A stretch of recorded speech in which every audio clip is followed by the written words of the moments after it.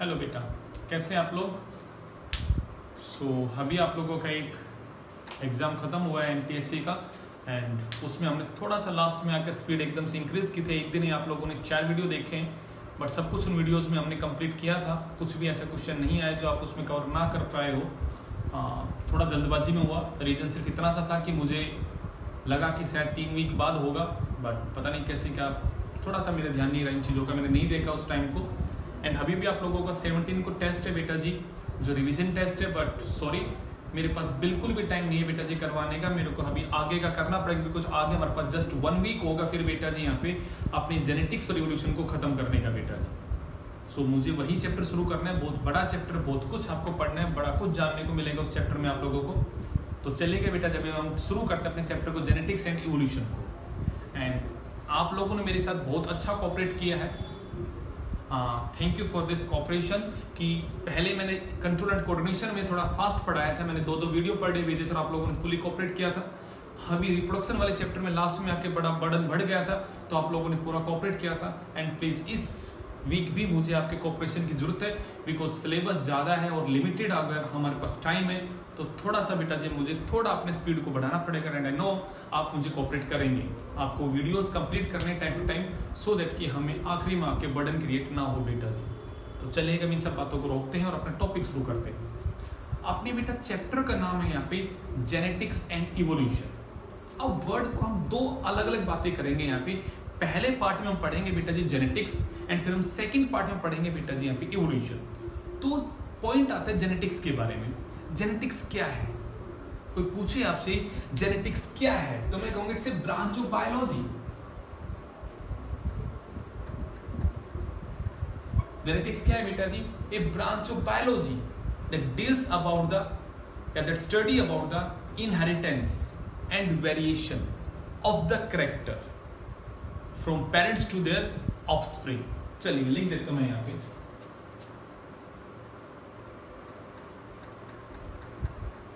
deals with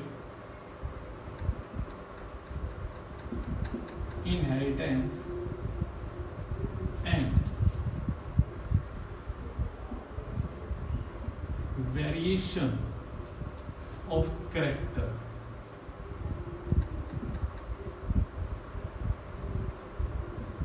from parents to offspring।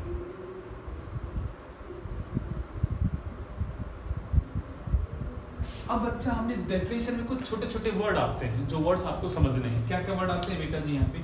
हाँ, सबसे पहला वर्ड आता है बेटा जी यहाँ पे कि सर इनहेरिटेंस वर्ड का क्या मतलब। दूसरा वर्ड आता है बेटा जी यहाँ पे वेरिएशन वर्ड का क्या मतलब है।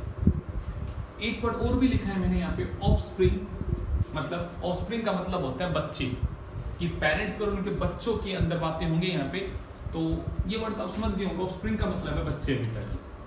हाँ, जो उनके ऑफस्प्रिंग प्रोड्यूस हो रहे हैं, उनके बच्चे जो पैदा हो रहे हैं, उनके लिए वर्ड यूज करें बेटा जो ऑफस्प्रिंग। अब इन 2 वर्ड्स को समझना है। इसको समझने के लिए मैं आपसे एक छोटा सा क्वेश्चन पूछूं कि हाथी के जब बच्चा पैदा होता है तो दिखने में हाथी के जैसा है। एक डॉग के जब बच्चा पैदा होता है तो वो डॉग के जैसा है दिखने में। शेर का बच्चा शेर के जैसा है दिखने में। गधे का बच्चा दिखने में गधे के जैसा है। क्यों? अब आपने पढ़ा रिप्रोडक्शन में कि स्पर्म जाके फर्टिलाइज होता है ओवम से और स्ट्रक्चर बनता है जाइगोट। ठीक बात है। अब जाइगोट अपने आप को डिवाइड करना शुरू करता है और जाइगोट से बेटा जी एक न्यू इंडिविजुअल पैदा होता है। अब वो जो न्यू इंडिविजुअल पैदा हो रहा है ना, उसकी मॉर्फोलॉजी कैसी होगी, वो दिखने में कैसा होगा, ये डिसाइड कौन करेगा? क्यों एक हाथी का बच्चा हाथी के जैसा ये दिखने में, ये एक ह्यूमन बीइंग के जब बच्चा पैदा होता है तो ह्यूमन बीइंग के जैसा है दिखने में। उन स्पर्म और ओवम में ऐसा क्या था, उनमें ऐसा क्या था जो बेटा जी उसकी वजह से वो बच्चे वैसे ही पैदा होते हैं। आज आप लोग बड़ी जल्दी कह दोगे मुझे कि सर उनमें जेनेटिक मेटेरियल होता है। यस आई नो, आपको पता है ये बातें, बट पॉइंट समझिएगा एक बिगिनिंग का, एक साइंस के इवोल्यूशन को समझ के देखो बेटा जी। जब इवोल्यूशन हो रहा था, साइंस की जब शुरुआत हो रही थी, तो लोगों को नहीं पता था ना, ये सब बातें बहुत ही बड़ी थी। तो ये जेनेटिक्स किसके बारे में डील करता है? ये बताता है कि कैसे कैरेक्टर का ट्रांसफर होता है कैसे कैरेक्टर का ट्रांसफर होता है from parents to their offspring, और अगर उसी पेरेंट्स का डीएनए ही आगे अगर ट्रांसफर हो रहा है तो वो बच्चा फिर एग्जैक्टली अपने माँ बाप जैसा क्यों नहीं है? द डिग्री ऑफ डिफरेंस क्यों है? एक ही पेरेंट्स के 4 बच्चे पैदा होते हैं तो क्या वो चारों दिखने में एक जैसे हैं? जब उन्हीं पेरेंट्स का जेनेटिक मटेरियल आगे ट्रांसफर हो रहा है तो फिर वो सारे बच्चे एग्जैक्टली सेम क्यों नहीं है? और अगर उन पेरेंट्स का ही जेनेटिक मटेरियल आगे गया है तो वो बच्चे अपने माँ बाप की बिल्कुल आइडेंटिकल कॉपी क्यों नहीं है? क्या लॉजिक है? इन सब के बारे में, इन सब क्वेश्चंस के बारे में जो डील करेगा, जो हमें बताएगा, वो जो ब्रांच ऑफ द बायोलॉजी बनने वाली है बेटा जी, वो कौन है यहाँ पे आपके लिए? जेनेटिक्स। कहानी को समझो, दिमाग में लगाओ एक पॉइंट को कि भाई हमने रिप्रोडक्शन में जान लिया कि स्पर्म और ओवम का जब फ्यूजन होता है तो जाइगोट बनता है। और वो जाइगोट में ऐसा क्या है? वो जाइगोट भैया जी आपके एलिफेंट का है, वो जाइगोट बेटा जी डंकी का है, वो जाइगोट बेटा जी ह्यूमन बीइंग का है, वो फिश का है, किसी का भी जाइगोट है। तो जाइगोट में ऐसा क्या है जो ये डिसाइड करता है कि जाइगोट आगे जाके कैसे इंडिविजुअल को पैदा करेगा, इससे क्या पैदा होगा, ये डिसाइड करने वाला कौन है? फर्स्ट थिंग क्या था जो पेरेंट्स से उनके बच्चों में गया, और अगर वो गया तो वो एग्जैक्ट उनकी कॉपी क्यों नहीं है? इन सब चीजों का आंसर हमें अगर कोई बताएगा तो वो बताएगा मेरे भाई यहाँ पे जेनेटिक्स। ये हमें यही बताएगा। यहां मैंने 2 वर्ड बेटा यूज किए हैं ऋषिता, मैंने 2 वर्ड बेटा यहाँ पे यूज किए। एक वर्ड यूज किया मैंने इनहेरिटेंस, एक मैंने वर्ड यूज किया वेरिएशन। अब इन 2 वर्ड्स को समझने की बात आती है तो मैं सबसे पहले वर्ड बोलूंगा बेटा जी इनहेरिटेंस का क्या मतलब है।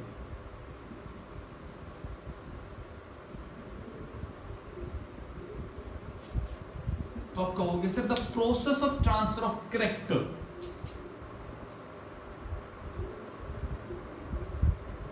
The process of transfer of character from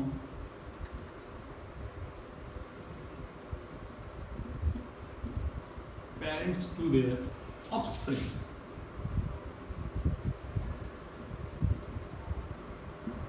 यहीं पे एक वर्ड और आता है बेटा जी, बड़ा कॉमन सा ऐसा वर्ड आप लोगों ने कभी सुना होगा, नहीं सुना होगा तो कोई बात नहीं है, आज सुन लो। एक वर्ड और आता है heredity.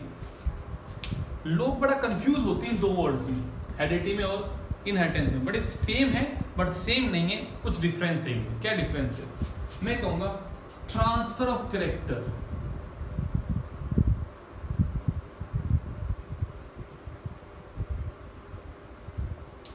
transfer of character from parents to their offspring। हम लोगों को लगता है सेम डेफिनेशन, बट सेम नहीं है बेटा जी। हम सिर्फ बात कर रहे हैं ट्रांसफर ऑफ कैरेक्टर की, तो बन जाता है हेरिडिटी। पर जब आपको ये बताया जाए मैकेनिज्म के बारे में, प्रोसेस के बारे में कि कैसे वो कैरेक्टर एक्चुअली ट्रांसफर हुए हैं, तो वो जब उन प्रोसेस के बारे में डील करना शुरू कर देगा तो वो बन जाता है बेटा जी यहाँ पे इनहेरिटेंस। ओके, अब एक वर्ड आता है बेटा जी यहाँ पे variation.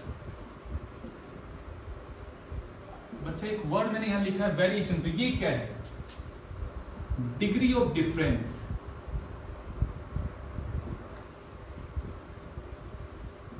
Degree of difference, degree of difference among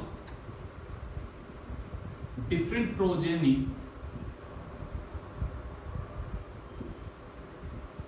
progeny का मतलब है बेटा जी बच्चे हैं, प्रोजेनी ऑफ सेम पेरेंट्स। एक ही पेरेंट की जो डिफरेंट प्रोजेनी है, डिफरेंट बच्चे हैं, डिफरेंट ऑफस्प्रिंग है, उनके बीच में जो डिग्री ऑफ डिफरेंस है बेटा, जो उस डिफरेंस को मैं क्या कहूंगा?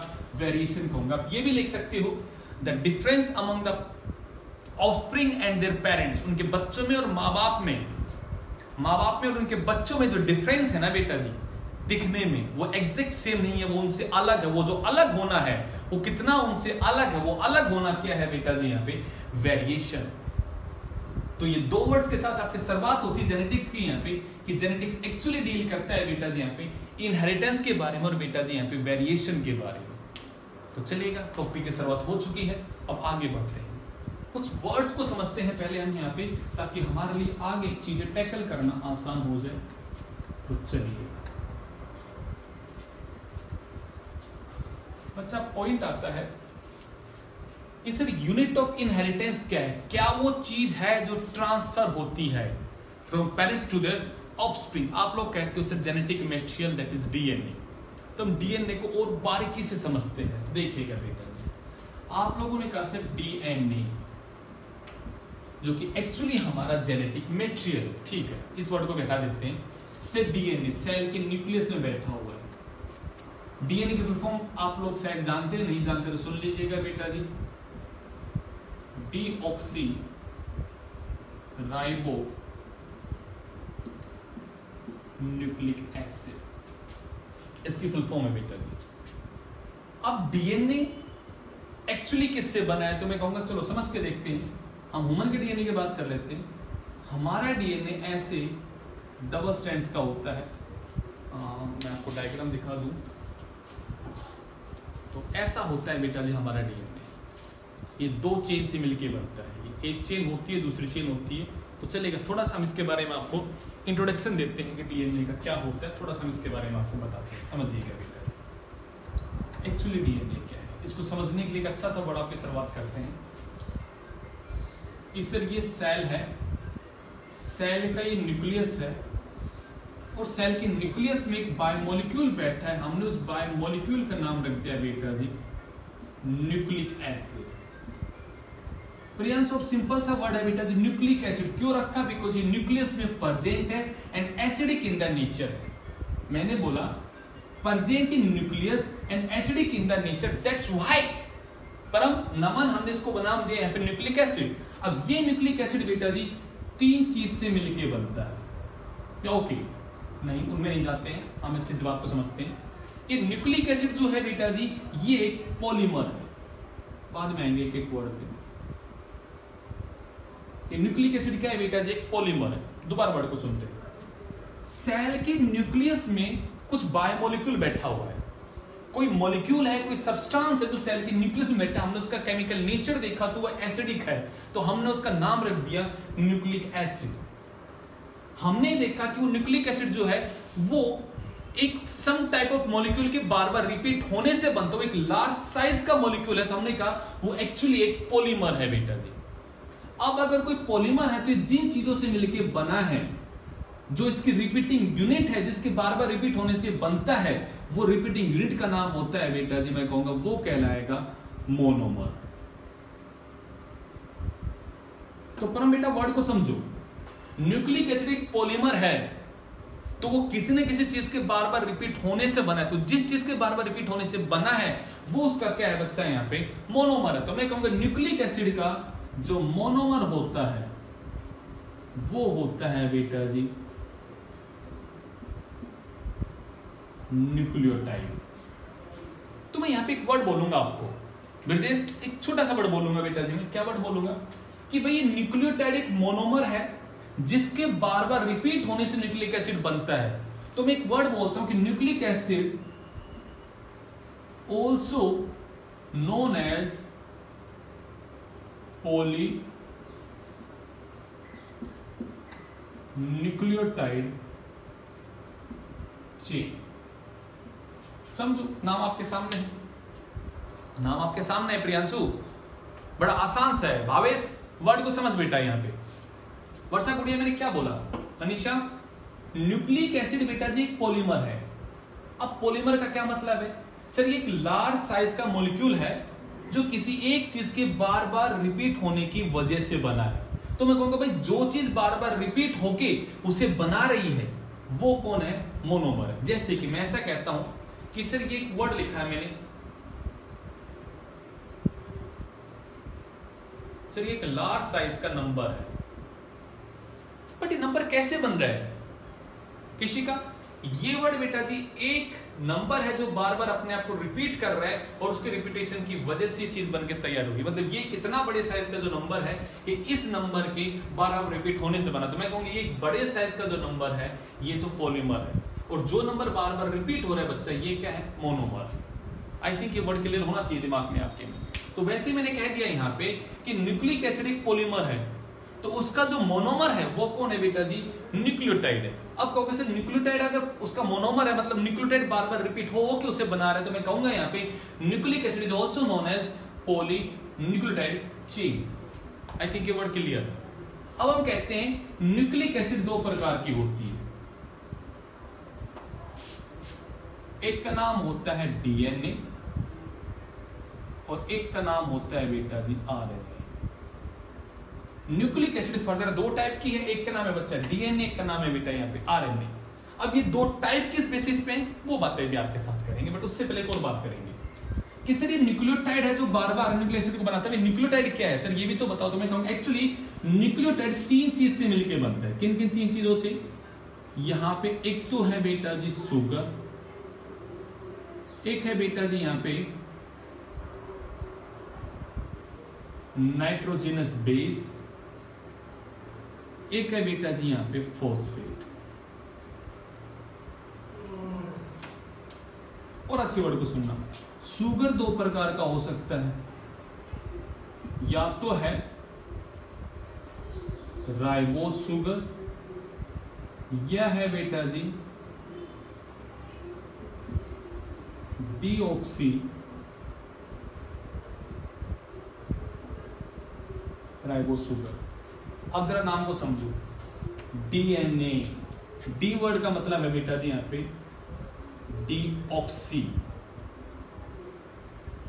Ribo nucleic acid. एक ऐसा न्यूक्लिक एसिड जिसमें डीऑक्सी राइबो शुगर बैठा हुआ है वो है बेटा जी डीएनए। आरएनए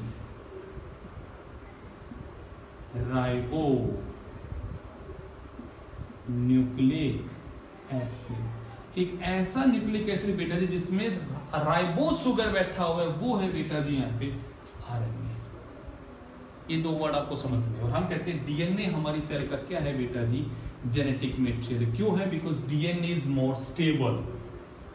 सो हमारी हेरिडिटरी इंफॉर्मेशन जेनेटिक स्टोर हो सके तो सेल में वो बायोमोलिक्यूल जो कि इंफॉर्मेशन स्टोर कर सकता है वो है बेटा DNA, because DNA is more stable and less reactive. That's why DNA is the molecule that store the genetic information. बहुत कुछ है पढ़ने के लिए बट टाइम की कमी है, और लेवल थोड़ा सा आप आगे जाओगे, जब 11th क्लास में जाओगे 12th में जाओगे तो ये हर चीज और ज्यादा पढ़ेंगे। तो हम अभी उस चीज में नहीं घुसते। फिलहाल आपको डीएनए की मैंने फुल फॉर्म समझाई है, आरएनए की मैंने फुल फॉर्म आपको समझाई है, न्यूक्लिक एसिड क्या होता है मैंने ये बताया आपको। न्यूक्लिक एसिड एक पॉलीमर होता है, ये किस चीज से मिलकर बनता है उसको बोलते हैं मोनोमर, और वो है बेटा न्यूक्लियोटाइड। ओके, अब ये डीएनए हमारे काम का नहीं है। हमारे काम की बात क्या, उस काम की बात क्या आती है कि सर हमारी सेल में अगर हम डीएनए के साइज को देखें तो डीएनए का साइज होता है बेटा जी अप्रोक्स 2.2 मीटर लॉन्ग। हमारी सेल में जो डीएनए का साइज होता है बेटा जी वो होता है अप्रोक्स 2.2 मीटर लॉन्ग। और सर इसके पास वो जेनेटिक इंफॉर्मेशन, मतलब इसके पास हमारी बॉडी का डिजाइन कैसा होगा इंफॉर्मेशन इसके पास है। तो मैं कहूंगा बेटा जी इसके हम छोटे छोटे पार्ट्स की बात करते हैं। मैंने इस पार्ट का एक नाम रखा बेटा, चलो नाम रखा मैंने जीन।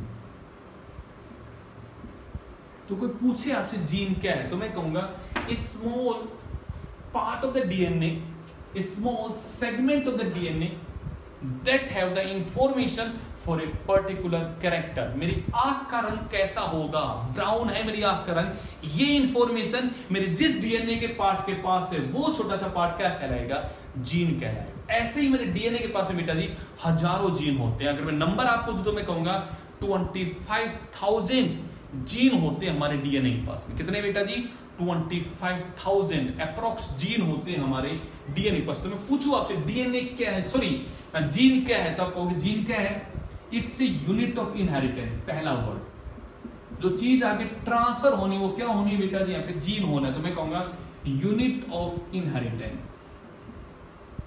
जो एक्चुअली इंफॉर्मेशन को आगे लेके जाता है, वो जो यूनिट है बेटा जी, वो कौन है यहाँ पे? जीन है। पहला पॉइंट। सेकंड पॉइंट बेटा जी, small segment of DNA that have information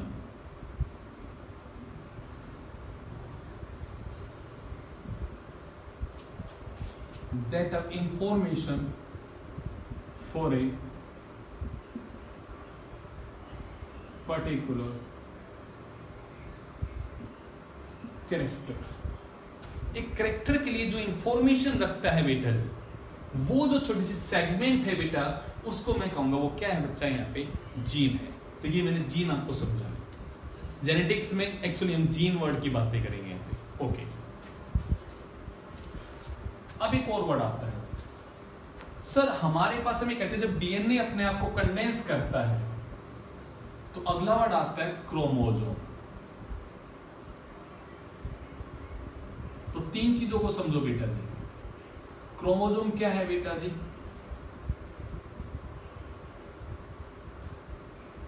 contains form of a DNA.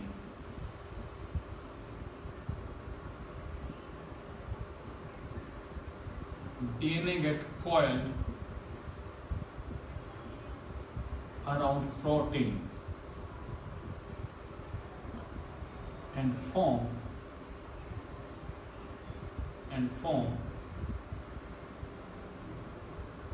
most condensed form known as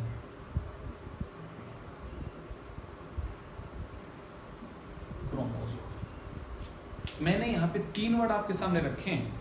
तीन वर्ड में डिफरेंस समझाने की कोशिश कर रहा हूं मैं आपको बेटा। DNA actually it is a polymer that is present in the nucleus and it is acidic in the nature. We call it deoxyribonucleic acid।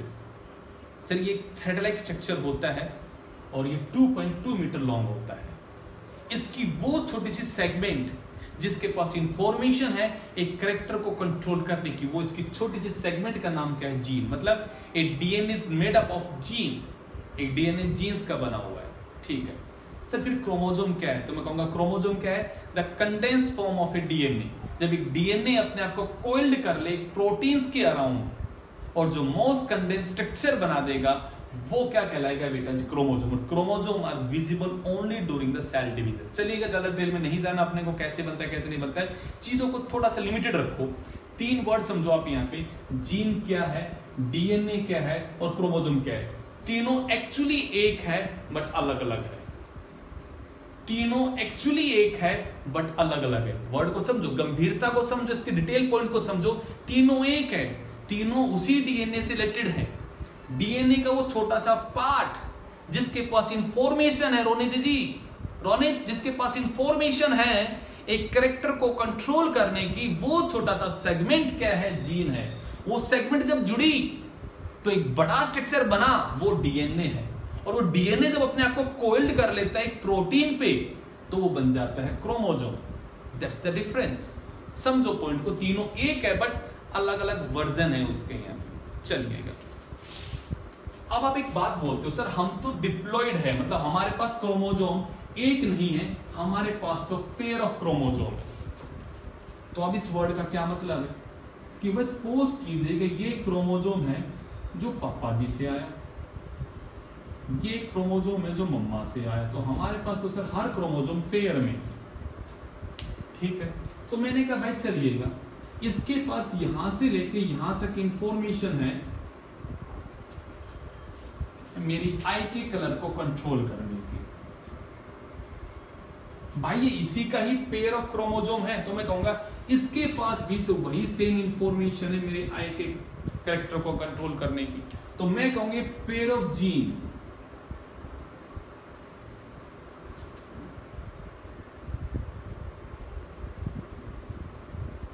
pair of gene that control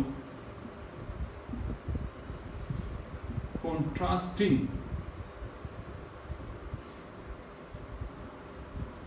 character is known as allele.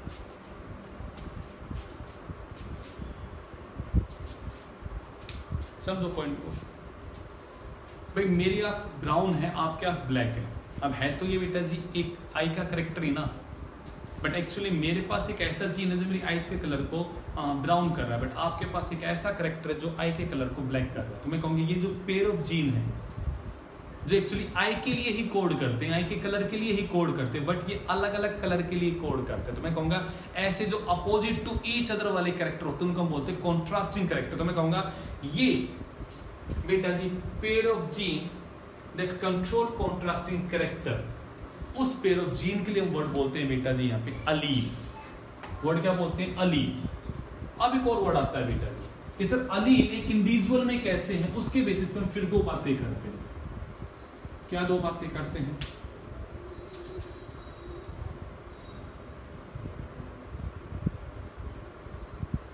Homozygous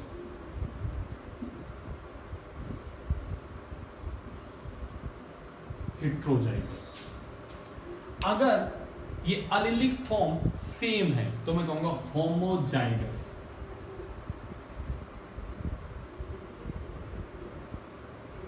same allylic form of ए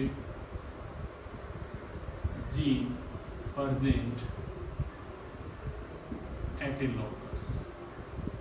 मतलब एक जो chromosome की location है जहां पे कि gene present, उस locus पे बेटा जी same form of the alleles present है। मतलब अगर यहाँ पे हम आई की बात छोड़ के हम अपनी हाइट की बात कर लेते हैं, अगर मेरी हाइट को बड़ा करने वाला यहाँ पे कैपिटल टी जीन है तो यहाँ भी कैपिटल टी ही जीन है। मतलब दोनों ये जो एक ही लोकेशन पे जो जीन बैठे हैं बेटा जी मेरी हाइट को बड़ा करते हैं, तो मैं कहूंगा ये भी कैपिटल टी है, ये भी कैपिटल टी है, दोनों सेम फॉर्म है। तो मैं कहूंगा ऐसी कंडीशन क्या कहलाएगी बेटा जी यहाँ पे टीओटी वाली बेटा जी यहाँ पे होमोजाइगस कहलाएगी। आपने कहा सर ये भी तो हो सकता है कि मेरी हाइट को छोटा करने वाला जीन है। मैंने कहा बिल्कुल बेटा जी, और यहाँ भी छोटा करने वाला जीन है। मैं कहूंगा हाँ बेटा जी, तो अब भी तो सेम फॉर्म है। मैं कहूंगा बिल्कुल बेटा। तो मैं कहूंगा ये भी कैसी कंडीशन है बेटा जी आपके यहाँ पे होमोजाइगस। बट ये भी तो हो सकता है कि सर यहाँ पे तो हाइट को बड़ा करने वाला जीन और वहां पे हाइट को छोटा करने वाला जीन, और अगर इस तरह की कंडीशन है तो मैं कहूंगा दोनों एलिलिक फॉर्म अलग अलग है। तो मैं कहूंगा ये है बेटा जी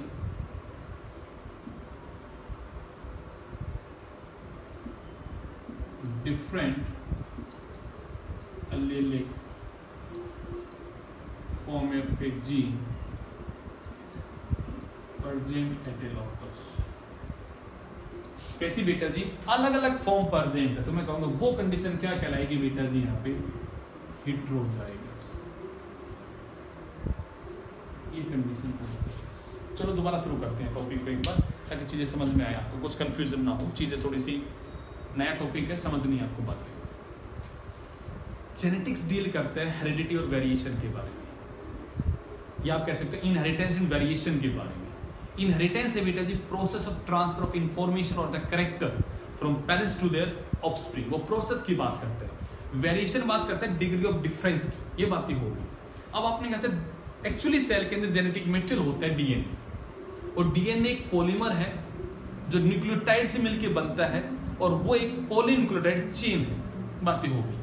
सिर्फ दो प्रकार की न्यूक्लिक एसिड होती है, एक का नाम है डीएनए, एक का नाम है आरएनए। तो डीएनए मोर स्टेबल है, तो हम कहेंगे डीएनए हमारी जेनेटिक इंफॉर्मेशन को स्टोर करता है। हो गई यहां तक की बातें। डीएनए का वो छोटा सा पार्ट जो एक कैरेक्टर को कंट्रोल करता है, मैं कहूंगा वो है जीन। अब पॉइंट आता है सर एक लोकस पे, एक पोजीशन पे, एक जगह पे एक जीन प्रेजेंट है, और हम सिर्फ पेयर ऑफ क्रोमोसोम हमारे पास है, क्योंकि एक क्रोमोसोम मम्मी से आता है, एक पापा से आता है। मैं कहूंगा क्या वो जो लोकेशन उस पेयर ऑफ क्रोमोसोम पे, क्या उस लोकस पे क्या एक ही तरह की फॉर्म प्रेजेंट है या अलग अलग तरह की फॉर्म प्रेजेंट है? और मैं कहूंगा ये जो पेयर ऑफ जीन जो एक ही लोकस पे प्रेजेंट है मेरे भाई यहाँ पे, जो डिफरेंट कॉन्ट्रास्टिंग कैरेक्टर को भी कंट्रोल करते हैं, मैं कहूंगा ऐसा जो पेयर ऑफ जीन है बेटा जी, ये जो पेयर ऑफ जीन, इसके लिए वर्ड यूज होता है बेटा जी आपका अलील। क्या यूज होता है आपका? अलील। तो अब आपने कहा सर ये अलीलिक फॉर्म उस लोकस पे सेम भी हो सकती है और अलग अलग भी हो सकती है। मैं कहूंगा हाँ बेटा। तो आप कहोगे सर अगर वो अलीलिक फॉर्म सेम है तो कहूंगा वर्ड आएगा होमोजाइगस। अगर वो अलीलिक फॉर्म अलग अलग है तो वर्ड आएगा बेटा जी हेट्रोजाइगस। मैंने आपका एग्जांपल लेके समझाया, समझिएगा। इस पोजीशन पे एक इंफॉर्मेशन है जो मेरी हाइट को बड़ा करता है, तो मैंने कहा वो कैपिटल टी जीन है। यहाँ पे इंफॉर्मेशन जो मेरी हाइट को छोटा करता है, मैंने कहा बेटा जी यहाँ पे स्मॉल टी है। मैं ऐसे इंडिकेट करूंगी हाइट को छोटा कर रहा है तो स्मॉल टी है, बड़ा कर रहा है तो कैपिटल टी है। जीन का सिंबल किस बेसिस पे, ये सब बातें बताऊंगा, थोड़ा वेट करो, स्टेप बाय स्टेप आगे बढ़ो। अब आपने कहा सर ये ऐसी कंडीशन है, तो मैं कहूंगा देखो भाई मेरे पास एक्चुअली अलील्स की एक ही फॉर्म नहीं है, अलग अलग फॉर्म है, तो मैंने कहा मैं हूं हेटेरोजाइगस। बट अगर ऐसा होता कि यहाँ पे भी कैपिटल टी ही प्रेजेंट होता तो मैं कहता भाई सेम एलीलिक फॉर्म है, तो मैं कहता बेटा जी मैं कहलाऊंगा यहाँ पे होमोजाइगस। ये भी हो सकता है स्मॉल टी और स्मॉल टी, मैं कहूंगा सेम है ना फॉर्म, तो वो भी क्या कहलाएगा यहाँ पे होमोजाइगस कहलाएगा। ये वर्ड क्लियर होनी चाहिए आपके दिमाग।